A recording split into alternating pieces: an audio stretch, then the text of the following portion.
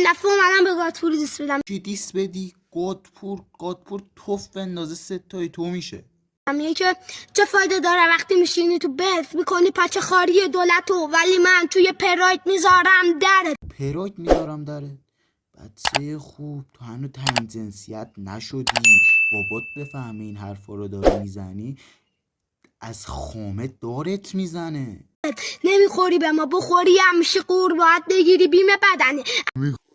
بخوری هم میشه گور. آقا کسکش، طرف کسایی دیست داده از کنارشون رد بشی تو تشنج میکنی. الان یه سری ها میان تو کامنت ها باز هیت میدن، ولی هیتاشون به چپمه. ای آخه کی رفته به این گوز هیت داده؟ من اینو یه بار قبلا داخل اکسپلور دیدم، 3 بار این استامو حذف کردم.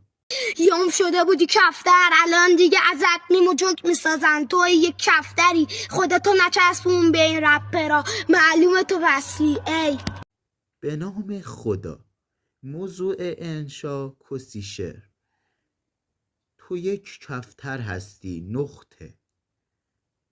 خودت را وصل نکن به این رپر جدیدها، ویلگول. ملعون از که تو وصل هستی. ببین من نه از رپ سر در میارم نه چیز دیگه، ولی نیومدم انشا مدرسم و بنویسم دوتا یو بچسبونم تنگش بگم انشا شد دیس به فلانی.